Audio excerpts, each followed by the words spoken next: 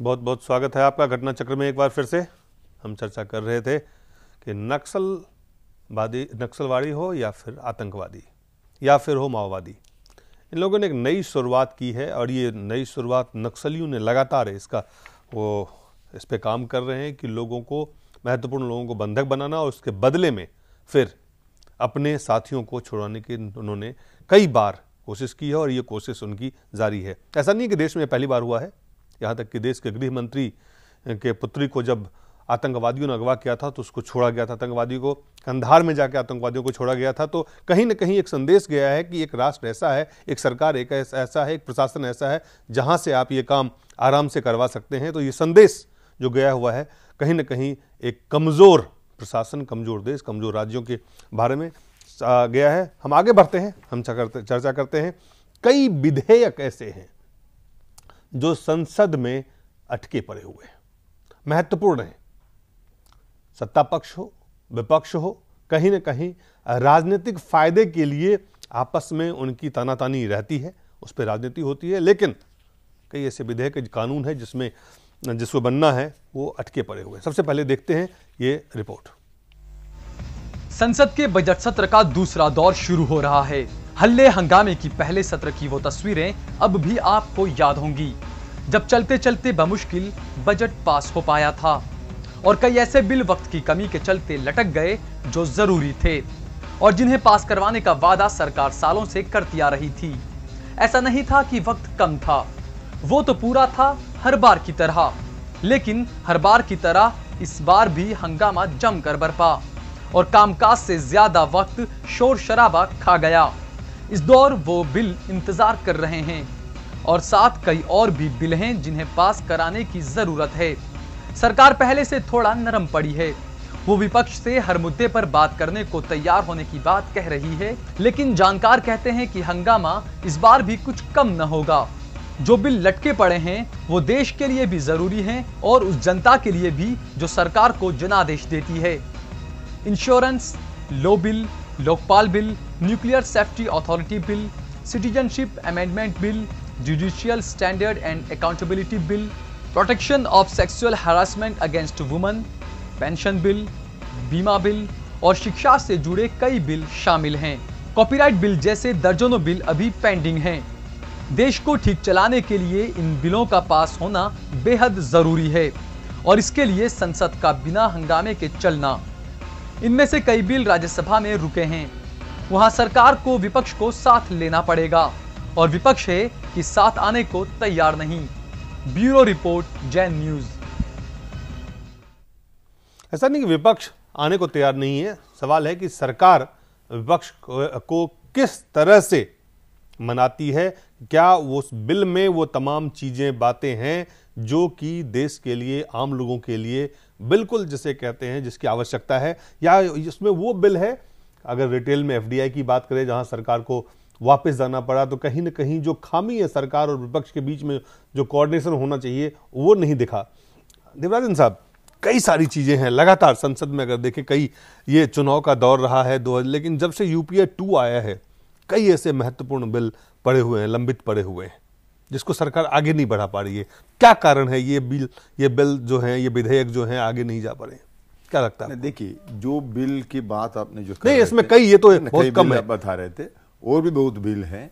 ये सभी बिल आपका जो सरकार 1991 से जो आर्थिक सुधार जो चालू किया है उसको और बढ़ावा देने वाली बिल है। ये सब जैसे आपका ये 20 साल का जो हमारा जो अनुभव है, जो एक्सपीरियंस है, इस एक्सपीरियंस से जो आर्थिक सुधार हमारा देश में हुआ है, इसमें जो गरीब लोग हैं और गरीब हो गया, जो अमीर लोग हैं वो और अमीर हो गया है। बहुत सारे लोग का जो अमीर होगा, जो आपका क्या बोलते बिलियनियर है, जो अरबपति है, उसका संख्या 13 संख्या था 1991 में, अभी बढ़कर उसका संख्या हो गया करीब करीब 70 के आस पहुंच गया है।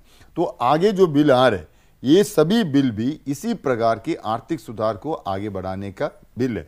इसलिए जरूर पार्लियामेंट के अंदर जो दल है ये सभी उसको विरोध करेंगे। उसका मतलब है नहीं आपका पार्लियामेंट के अंदर ना कांग्रेस का पूरा समर्थन है, ना बीजेपी का ऐसा पूरा समर्थन है। जो क्षेत्रीय दल है और वामबंदी दल है उसका ज्यादा संख्या है पार्लियामेंट के अंदर। जो ये लोग अपना अपना राज्य में अपना अपना विधानसभा, अपना अपना जो संसद का क्षेत्र है, वहां पर एक कांग्रेस और बीजेपी के खिलाफ ही लड़कर जीत के आ रहे, तो ऑटोमेटिकली इन लोगों को स्वाभाविक रूप से इन लोगों का निधि के खिलाफ लड़ना भी पड़ेगा। नहीं तो जैसे जुडिशियल अकाउंटेबिलिटी बिल है, जरूरत है, लेकिन वो लंबित पड़ा हुआ है। हम बता रहे हूं, जुडिशियल अकाउंटेबिलिटी भी हो, ऐसे कई बिल हो, लोकपाल बिल हो जी, आपका विमेन रिजर्वेशन बिल भी हो, ये सभी में कांग्रेस का कोई सिंसियरिटी नहीं है। लेकिन कांग्रेस की सिंसियरिटी नहीं है, लेकिन ये बिल पड़े हुए, लेकिन हंगामा के कारण ये आ नहीं पा रहा, ये भी कारण है। देखिए ना, हंगामा आप सोच रहे हैं विपक्षी दल हंगामा कर रहे, इसके वजह से बिल पास नहीं हो रहे। हंगामा जो जानबूझ करके हंगामा करने के लिए कारण बना देता है सरकार, ये भी एक तरीका है। हमको इस बिल को पास नहीं करना है, हमको इसी प्रकार का कानून नहीं बनाना है, सरकार पहले सोचेगा इसको कैसे रुक सकता है। अगर पीछे हटेगा तो लोग हमको गाली देगा, ये सरकार ने पीछे हट रहे हैं। यहां तक अभी नहीं, हम बता रहे नहीं दिलीप जी, बात ऐसे होता है, जानबूझ करके किसी भी प्रकार से पार्लियामेंट को स्थगित करना है।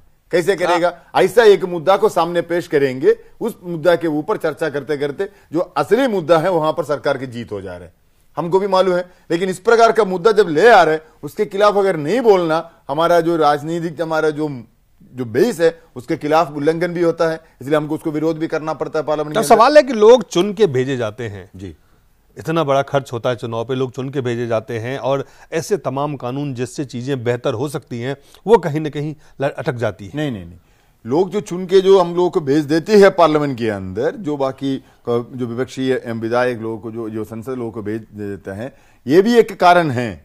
आप लोग जाकर के सरकार जो किस प्रकार आर्थिक सुधार को लेकर के और हमारा देश को डुबाना चाहता है, उसको भी आपको रोकना पड़ेगा। एक आर्थिक, चलिए आप वाम दल के अगर व्यूज को अगर एक वामबंदी नहीं है, आप देख नहीं, मैं एक बात कहता हूं, आर्थिक, मैं आपको आर्थिक सुधार के अलावा भी कर रहे हैं, मैं दूसरा सवाल पूछ रहा हूं कि आर्थिक सुधार के से जुड़े हुए बिल के विधेयक के अलावा भी कई ऐसे महत्वपूर्ण बिल हैं जो कि देश के लिए, जो कि अन्य, चाहे वो कानून के जुडिशियरी के दृष्टिकोण से हो, चाहे ब्यूरोक्रेसी के दृष्टिकोण से हो, चाहे एक नागरिक के दृष्टिकोण से हो, अहम है, लेकिन वो भी आगे नहीं निकल के नहीं। हम उसको मानेगा नहीं। हम लोग जो विपक्षी पार्टी हैं, सब मिलकर के फ्लोर कोऑर्डिनेशन भी करते हुए बहुत सारे विधेयक हम लोग पास किया है, जानते हैं। जो आपका सूचनाधिकार की बिल है, राइट टू एजुकेशन बिल है, आदिवासी लोगों का जल जंगल जमीन का अधिकार देने की जो बिल है, जो मछुआ लोगों के लिए जो बिल बना रहे थे, जो असंगठित क्षेत्र के मजदूर के लिए सामाजिक सुरक्षा देने के लिए जो एक मिनी बिल ले आया है, इसको हम समर्थन कर रहे हैं हम लोग। लेकिन किस बिल की हम समर्थन नहीं कर रहे, ये भी बात है। किस बिल की समर्थन हम नहीं कर रहे? हम समर्थन नहीं कर रहे हमारा जो लैंड रिफॉर्म्स एक्ट है उसको और लैंड एक्विजिशन एक्ट को अमेंड करके एक नया बिल ले आने के लिए कोशिश कर रहे। ये तो पुराना बिल से भी खतरनाक बिल ले आ रहा है, हम उसको विरोध करना ही पड़ेगा। हमारा देश की बैंक और बीमा में ज्यादातर विदेशी पूंजी ले आकर के उन लोगों का हवाला करने के लिए सरकार जो कोशिश कर रहे, हम उसको विरोध करेंगे। उसको तो विरोध करने के लिए हम लोगों को मैंडेट देकर के पार्लियामेंट के अंदर भेजा हुआ है। इसी प्रकार हमारा देश में जो 2G स्पेक्ट्रम का माफी बड़ा एक घोटाला हुआ है, कोयला का खादान एक एक करके बंटवारा कर रहे हैं, उसी से 2G स्पेक्ट्रम से 6 गुना ज्यादा घोटाला की कहानी अभी CAG रिपोर्ट में आने वाला है। इसी प्रकार कोयला को भी अब निजीकरण करने की बिल ले आएगा, इंश्योरेंस बीमा भी आप प्राइवेट करने का बिल ले आएगा। चुप तो नहीं बैठ पाएगा ना, उसको हंगामा बोलने से नहीं होगा। देश को बेचने वाले लोगों को रोकने के लिए तो आप ये कहते हैं कि वो बिल रुके पड़े हैं जो सिर्फ कहीं ना कहीं देश के हित में नहीं है। जरूर है, कुछ बिल जैसे हैं वो देश की एकदम हित में नहीं है, देश के खिलाफ है। क्या इसके बारे में बातचीत नहीं हो सकती है कि इन बिल को छोड़ के जो आपके पास बिल है उसको लेके आइए, पहले संसद पास करे? क्या ये चीज देखिए, आप एक जाने माने पत्रकार हैं, आप जरूर जानते हैं जो आपका सरकार का एक चालाकी तरीका भी होता है। सरकार जो आप कहते हैं सरकार की जिम्मेदारी है, जिम्मेदारी नहीं, सरकार की जिम्मेदारी भी नहीं है। सरकार की चालाकी किस प्रकार का है, जो बिल सरकार पास नहीं करना चाहता है, जो जनता की पक्ष में जाएगा, जनता के लिए जो बिल बनाएगा, उसमें सभी का समर्थन मिल सकता है, वो बिल सरकार पेश करेगा। हम पेश करने जा रहे हैं, लेकिन वो पेश करने के साथ साथ ऐसा भी कुछ प्रस्ताव और कोई विधेयक भी पेश करेगा साथ साथ, ताकि पार्लियामेंट के अंदर हंगामा हो, अगली जो बिल है वो बंद हो जाएगी। ये कहीं ना कहीं यूपीए सरकार की नाकामी है, नाटक भी है, उनकी राजनीतिक रणनीति का हिस्सा है। जरूर है, कि वो जो चाहती है वही पास करवाना चाहती है। आप देख लीजिए ना, इस बार भी जो बिल सरकार जनता की हित में हम लोग भी मानने के लिए तैयार है, लेकिन उसका चर्चा नहीं होगा। चर्चा क्या होगा? आपका कौशिक बसु जी का जो स्टेटमेंट है, उसका जो टिप्पणी दिया है अहलुवालिया जी खुद हमारा देश की जो पॉवर्टी का जो फैक्ट देकर के जो बैठा हुआ है, जैसे दिल्ली का माफी शहर में एक आम आदमी 32 रुपया में डेली जीना पड़ेगा। अगर 32 रुपया से ज्यादा होगा तो वो एपीएल हो जाएगा।